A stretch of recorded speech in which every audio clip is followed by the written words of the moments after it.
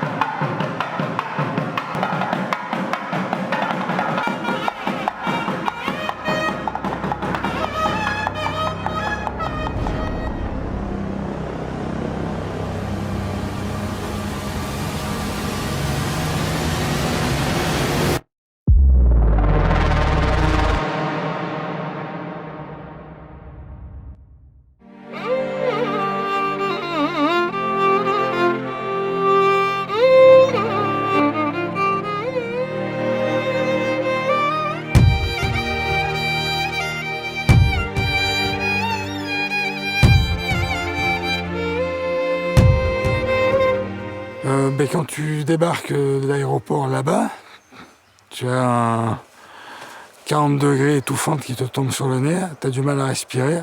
Et là, tu te dis que demain, tu pars pour 800 km de vélo.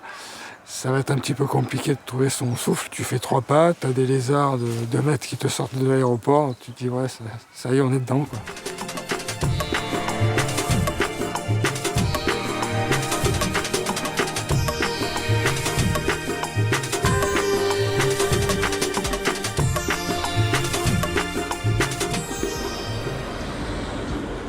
Que la vie est peu chère pour nous, mais eux, se lèvent le matin, ne savent pas s'ils vont pouvoir manger jusqu'au soir. Beaucoup de pères de famille qui tuent leurs enfants, qui tuent leur famille, qui se suicident, justement parce qu'ils n'arrivent plus à se nourrir. Tu manges la même chose, hein. Matin, midi et soir, c'est écurie. Tu prends par exemple les animaux, tu tues pas une bête. Je me suis fait piquer par une sangsue. Un Sri Lankais m'a aidé à l'enlever avec la cendre de cigarette.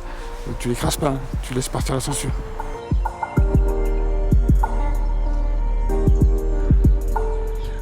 Qu'il y ait les films. T'as beaucoup de respect sur la nature. Ils coupent pas les arbres, c'est une richesse parce que ici aujourd'hui tu te promènes dans la rue, tu crames comme c'est pas possible. Là-bas t'as de la fraîcheur parce que l'arbre. Moi je me mettais dessous, je faisais ma sieste sous l'arbre, j'étais bien. J'ai eu la chance en pédalant de voir un éléphant qui est sorti de la forêt. Waouh! Là tu pries pour qu'il n'y ait pas de montée. Hein. Tu pédales vite, tu filmes, tu jouis de ce plaisir en fait, parce que de voir une aussi grosse bête en milieu naturel et en fait, déjà tu te sens petit quoi, parce que ici on voit pas ça quoi. Déjà c'est un animal qu'on ne voit pas à part en zoo, mais de voir un animal comme ça en liberté, c'est grandiose. Magnifique. Magnifique. Ah, j'ai du mal à exprimer ce que je ressens. Je viens de... Un éléphant dans sa liberté la plus totale, sur le bord de ma route, on se sent tellement petit. Parce que là, j'ai du mal à exprimer tout ce que je ressens, mais c'est tellement énorme, énorme, énorme. Je suis sur une partie de route où beaucoup d'éléphants sont traversés. J'ai été mis en garde de bien faire attention, car ils attaquent les hommes. Donc je suis sur l'eau qui vivent, sur mes réserves physiques.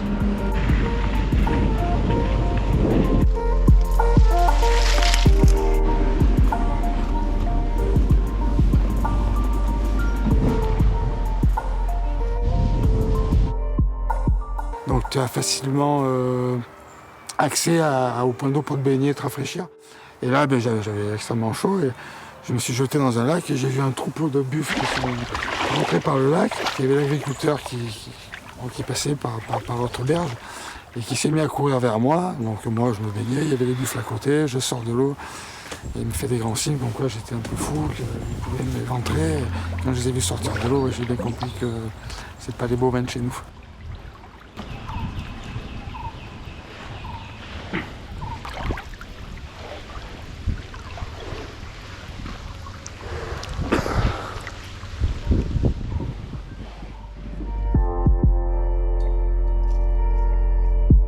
C'est marrant parce que c'est une petite île, mais il y a 2 climats différents.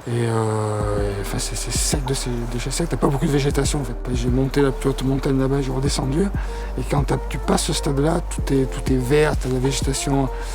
Là-bas ils coupent rien, donc t'as des arbres partout, ce qui peut t'apporter aussi la fraîcheur justement pour quand t'as trop chaud. Soit ils sont très craintifs, soit ils sont très curieux. Il n'y a pas de juste milieu en fait. Donc les craintifs, tu les approcheras pas, ils t'approcheront pas. Et pour les plus curieux, ils viennent, ils échangent avec toi. Un blanc à vélo, ça m'étonnerait qu'ils en aient vu beaucoup là-bas. Mais surtout avec un vélo comme le mien, enfin, ils étaient curieux de voir ce que c'était comme. Moi j'ai une petite pompe à vélo. Au gonfler ma roue, ils pensaient que c'était électronique. Donc tu crées un petit peu, tu le montes un petit peu, pas trop parce que je voulais pas trop montrer ce que j'avais parce que c'est quand même un pays pauvre, donc t'as vite fait de te faire voler. Les échanges qu'on a pu avoir sont courtois et amicaux et ils ont de grandes valeurs humaines. Bon. Ça grimpe pas encore aujourd'hui, ça grimpe tellement que j'arrive même pas à pédaler. Donc je pousse mon vélo. J'ai eu l'occasion de monter dans un petit fourgon. Les Sri Lankais qui se sont arrêtés pour m'emmener, mais j'ai refusé parce que je me suis engagé à tout faire à vélo, à pied. Je monte mon vélo le soir, le matin, j'arrive pas à partir et j'avais la roue arrière qui était crevée. Donc bien sûr, je ne trouvais pas mes rustines, j'ai dû les oublier en France, qui au final est bénéfique parce que ça m'a permis de partir justement à la recherche d'un garage et d'être dès les premiers kilomètres, dès les premiers mètres, d'être au contact justement du Sri Lankais, quoi. Le problème, c'est que j'avais un vélo qu'ils ne voulaient pas toucher parce que là-bas ils ont des vélos, même mes grands-parents n'avaient pas ça. Mon vélo, pour eux c'est une navette spatiale. Et à chaque fois que j'arrivais dans un garage, on me disait non. Donc j'ai réussi à acheter une chambre à air, à trouver un petit mécanicien dans un garage. J'ai démonté mon vélo, je lui ai montré un petit peu les facilités de mon vélo pour démonter une roue, pour les pompes, parce qu'ils ont encore des pompes comme à l'époque. Aujourd'hui, nous, on a des pompes qui rentrent dans un sac banane. De par cette expérience-là, ça m'a permis de vite m'apercevoir que les Sri Lankais étaient très méfiants. J'ai parcouru 800 km de Point Pedro à Point Londra. C'est t'as le Sri Lanka, t'as la partie de la terre la plus au nord, c'est Point Pedro, et la plus éloignée au sud, c'est Point Londra. J'ai rallié ces 2 villes, enfin ces 2 plages plutôt, en faisant 800 km, 802 km exactement.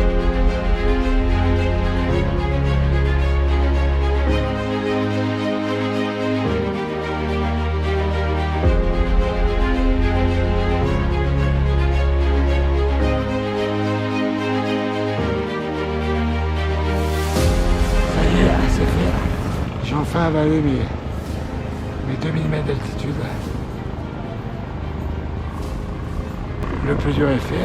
J'ai encore 50 km, mais normalement c'est descend. Je monte depuis hier. C'était pas simple, mais il faut s'accrocher. Et puis tu visualises des petits objectifs, comme ça tu repousses un petit peu, tu repousses et puis tu arrives au sommet. Mais je me sens très fatigué. J'ai les jambes en feu. J'ai pas mal marché sur les derniers kilomètres. J'ai d'ailleurs mis 1 heure pour faire 5 km.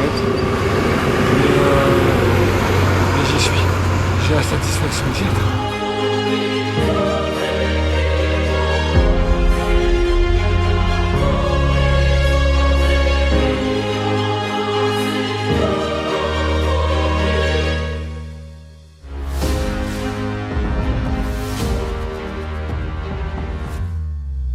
L'humain m'a jamais fait peur. Là-bas, je me suis senti en danger à 2 reprises par un groupe d'enfants. Je montais les montagnes, j'étais très fatigué, ça faisait 2 jours que je montais. Et donc je me mets à côté du vélo, je le poussais. Et j'ai un groupe d'enfants qui arrive, donc dans les montagnes, ils sont un peu plus sauvages, ils sont moins disciplinés. Et donc ils voulaient que je lui prête mon vélo. Alors je leur ai demandé, mais t'es pas à l'école? Non, on n'a pas l'école aujourd'hui. Enfin, Tu essaies de communiquer avec eux quand même, ils te touchent le vélo, ils te poussent un peu, c'est quoi ça, c'est quoi ci, ils cherchent à démonter les trucs. Je dis stop, stop, stop. À un moment donné, t'as pas le choix, tu montes sur ton vélo puis tu t'en vas. La deuxième, c'est je suis arrivé dans une ville assez peuplée, et là-bas, c'est là où il y a beaucoup de vols, beaucoup de drogue, beaucoup d'alcool. J'avais atteint l'océan, donc je suis parti avec l'océan dans le dos, et je suis arrivé avec l'océan face à moi. Donc je me suis dit, je vais dormir là. Donc je pose mon hamac, je m'installe dedans, et là, ça commence à faire nuit, j'avais ma frontale, et je vois une silhouette qui me regardait à 4 mètres, et qui restait là pendant 20 minutes, quoi. Salut les aventuriers! Je suis au milieu de la nature sri-lankaise, en pleine nuit. Je peux vous dire que je me sens un petit peu seul. Je vois parfois deux petits yeux qui me regardent, sans savoir ce que c'est. En tout cas, je sais qu'ils m'ont vu. Je vois qu'il y en a deux. Un chien. Un chien et la nuit, je m'en méfie parce que la journée, ils sont ultra affectueux, ils demandent que des caresses. Et la nuit, c'est des vraies bêtes féroces. Alors j'ai toujours un caillou à la main, tu vois. Allez, on continue. J'ai attendu, je surveillais du coin de l'œil, et il est parti tout seul. Mais ouais, tu te sens pas, t'es seul. Dans ton hamac, j'avais ma machette dans mon sac, mais en fait, tu étais dans un milieu où tu sais pas où tu es, donc tu sais pas qui c'est.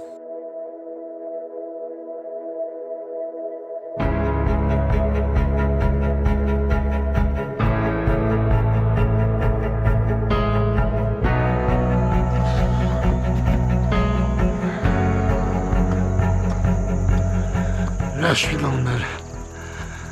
Trop de kilomètres, trop de dénivelé. Et là, j'ai encore 22 kilomètres à faire. Mais je vais pas lâcher le morceau. Je vais y arriver jusqu'au bout.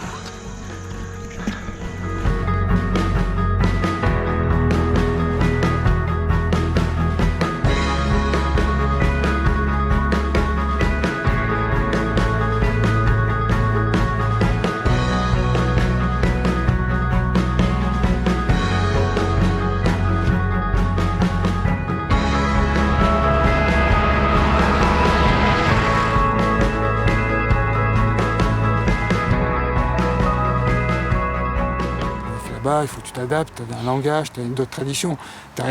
Ici, tu prends ton téléphone, tu vas tous faire des selfies. Au Sri Lanka, tu te prends un selfie devant Bouddha, tu vas en prison 3 mois. C'est des choses comme ça où tu fais pas tout ce que tu veux là-bas. Donc il y a des choses à savoir et des choses que tu apprends. Moi, je suis arrivé dans une... Il y a beaucoup de... Comme il y avait le problème géopolitique, toujours d'ailleurs, il y avait le retournement du gouvernement là-bas, donc tu avais des barrages militaires partout.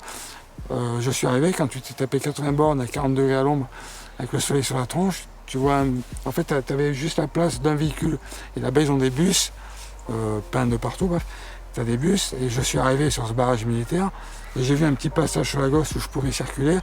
Je suis passé, sauf que j'ai pas vu qu'il y avait un câble électrique. Et je l'ai vu au dernier moment, j'ai baissé la tête, le câble s'est pris entre mon sac, j'ai fait tomber leur barrière, et là, tu as tous les militaires qui sont arrivés avec leurs fusils pour savoir ce qui se passait. Donc de là, j'ai fait un petit peu... que le soleil me tapait sur la tête, j'ai pas vu le bus, ils m'ont dit non, c'est faux, vous avez essayé de passer. Idée, ils me demandaient ma pièce d'identité, sauf que j'avais quelques roupies dans le passeport qui correspond à une belle somme d'argent pour eux, et comme là-bas tout est corrompu, ils m'auraient tout pris. Donc en parlant, en leur disant que j'avais le soleil qui me tapait sur la tête, et ça tombait bien parce que j'avais des cloques sous la peau, parce que là-bas tu as du mal à transpirer, comme c'est une chaleur humide, tu as l'humidité qui se pose, tu transpires très peu, donc tu as des cloques qui se font sous la peau. Et j'avais des cloques, alors je lui montrais mes cloques, j'ai le soleil me tape, je vire les billets dans mon sac, je sors mon passeport, et donc il regarde, machin, il gueule, moi je fais un peu l'idiot, oui, le soleil, le truc. Première expédition que j'avais fait pour descendre dans le sud, j'avais rencontré des gens, et aujourd'hui, je ne sais pas comment ils s'appellent, je ne suis pas en contact avec eux, et ça m'a manqué. Donc aujourd'hui, j'essaie de garder un petit contact avec les personnes qui me marquent pendant les traversées. Et notamment, j'ai 3 Sri Lankais où je garde le contact régulièrement. Ils ne te laissent pas de souvenirs là-bas parce qu'ils ramassent des cailloux par terre, ils veulent te les vendre. Donc ils n'ont pas la richesse pour te laisser un présent. Leur présence est déjà un cadeau.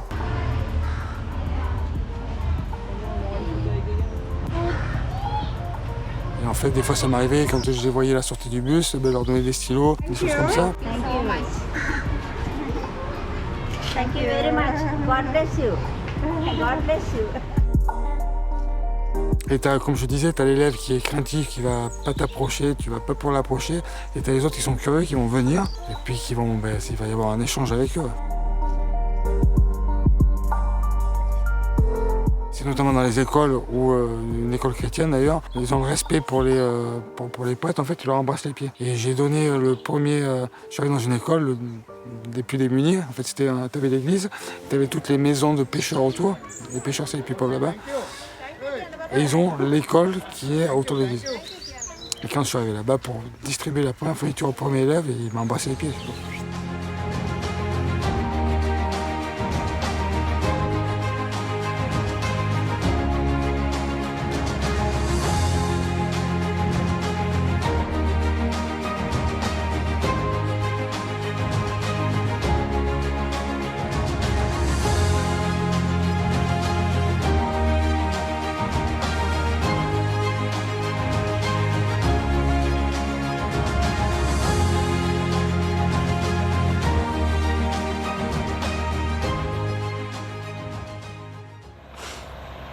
J'avais pas prévu de faire tout le parcours jusqu'à Candy, qui représente à peu près 90 km.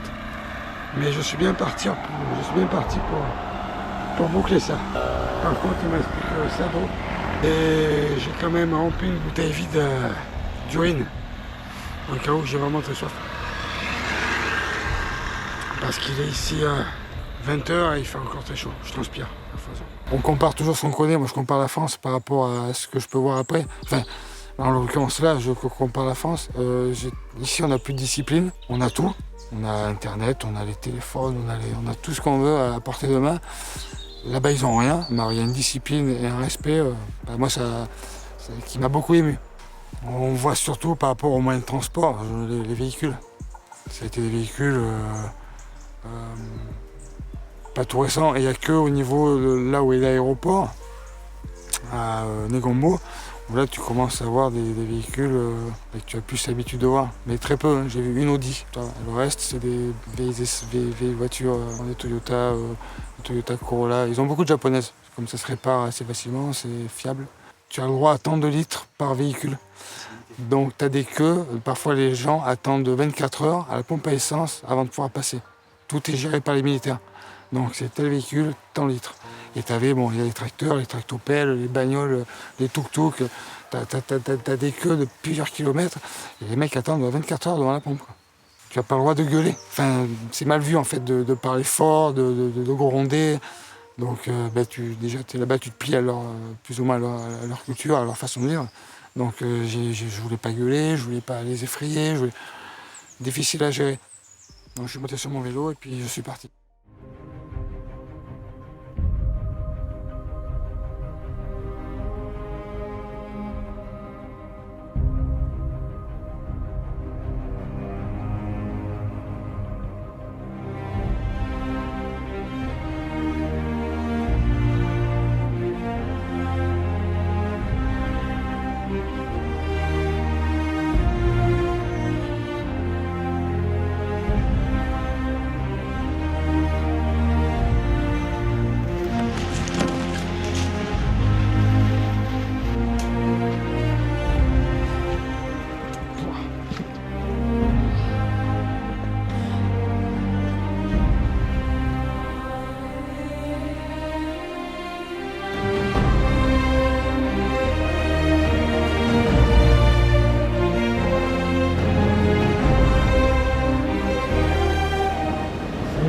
Je suis en train de vivre les derniers kilomètres de l'édition 2022 du London Gaia. Je pourrais dans une petite heure à peine me dire que j'ai traversé le Sri Lanka à vélo. Ça a été plus ou moins difficile. Le physique a été mené à rude épreuve de par le climat chaud, humide, pas au ressenti de faiblesse ou de mental. Mais il y a tellement de choses à voir, on passe tellement par des paysages, une faune, une flore diversifiée. Ça valait le coup de découvrir ce pays hors des sentiers battus et sur la salle de mon vélo. À la rencontre des Sri Lankais du nord au sud qui ont toujours le smile qui te répondent. Les mecs, ils ont rien et ils sont pourtant une joie de vivre. Et nous, on a la facilité d'avoir beaucoup plus qu'ici et on est ingrats. Et je m'en suis aperçu lors de la traversée en France. T'as beau lever la main, t'as les gens qui te répondent à peine. Ici, peu importe les classes, c'est ce que je disais. On te répond, on smile, on cherche le contact. Je sais pas, on a tellement de choses à apprendre. On est tellement pourtant plus évolué, mais je pense que c'est que humainement, on est à l'heure du complet. On est à l'heure du complet.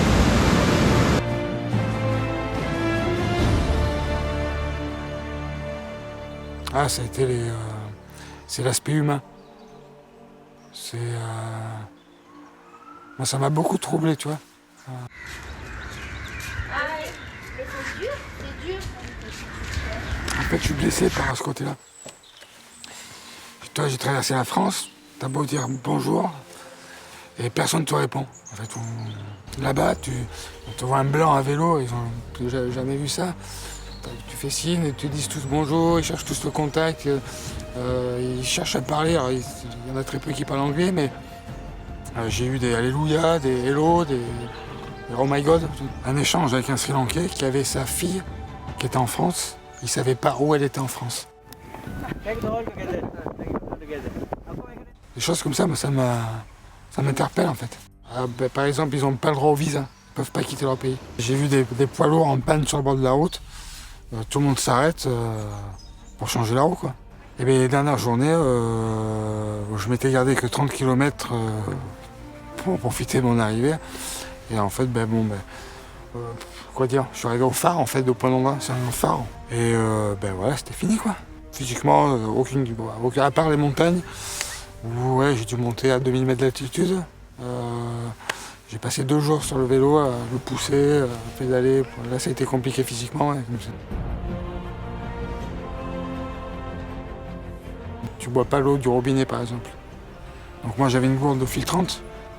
Et j'ai été malade une journée où j'ai jamais vomi autant. Et le lendemain, je suis reparti à vélo. Je voulais pas manger, j'avais peur de... Donc j'ai fait 110 km, un truc comme ça. Ou le soir même, j'ai atteint mon objectif à minuit, quoi.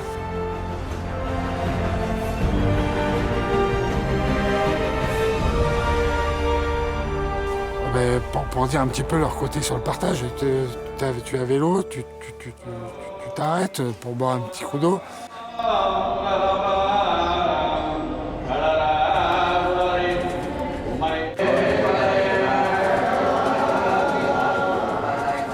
Entendre un peu de musique, Puis moi je voulais voir un petit peu leur culture, donc je m'avance un peu, c'était un genre de salle des fêtes.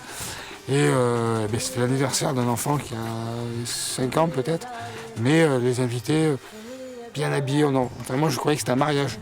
Tellement que c'était grandiose, il y avait peut-être 200 personnes, enfin c'était immense. Et ils nous ont invités à manger leur gâteau, j'ai plus le nom, leur gâteau traditionnel là-bas. Et voilà, c'était une super expérience. En fait, ils ont un genre d'hôtel un peu comme dans une église, avec des fleurs partout, un dessin culturel de chez eux, quoi. Et en fait, tout le monde passe et porte l'enfant.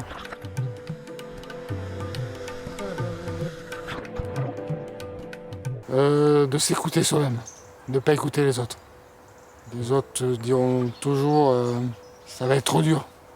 Alors que qu'est-ce qu'il en sait? Il l'a jamais fait. Il n'y a que toi qui peux savoir si c'est dur ou pas. Et même si c'est dur, tu peux le faire. Si tu y crois vraiment et tu t'accroches et que tu oublies un petit peu ton confort aussi, parce que c'est surtout ça, c'est la télévision, la télécommande et les chaussons. Les gens aujourd'hui cherchent toujours à connaître d'autres personnes, sans se connaître soi-même. Et le fait de partir loin de tout, seul, ça te permet justement de mieux apprendre à te connaître et justement de mieux savoir où tu peux aller et surtout où tu veux aller. Il n'y a qu'une seule chose importante dans la vie, c'est vivre et pas survivre.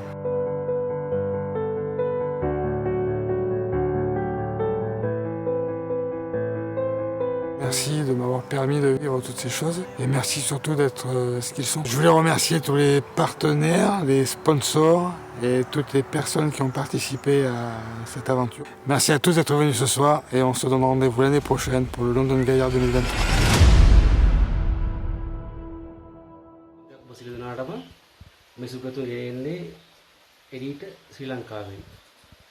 Bonsoir à tout le monde. Je me vous Freddy au Sri Lanka.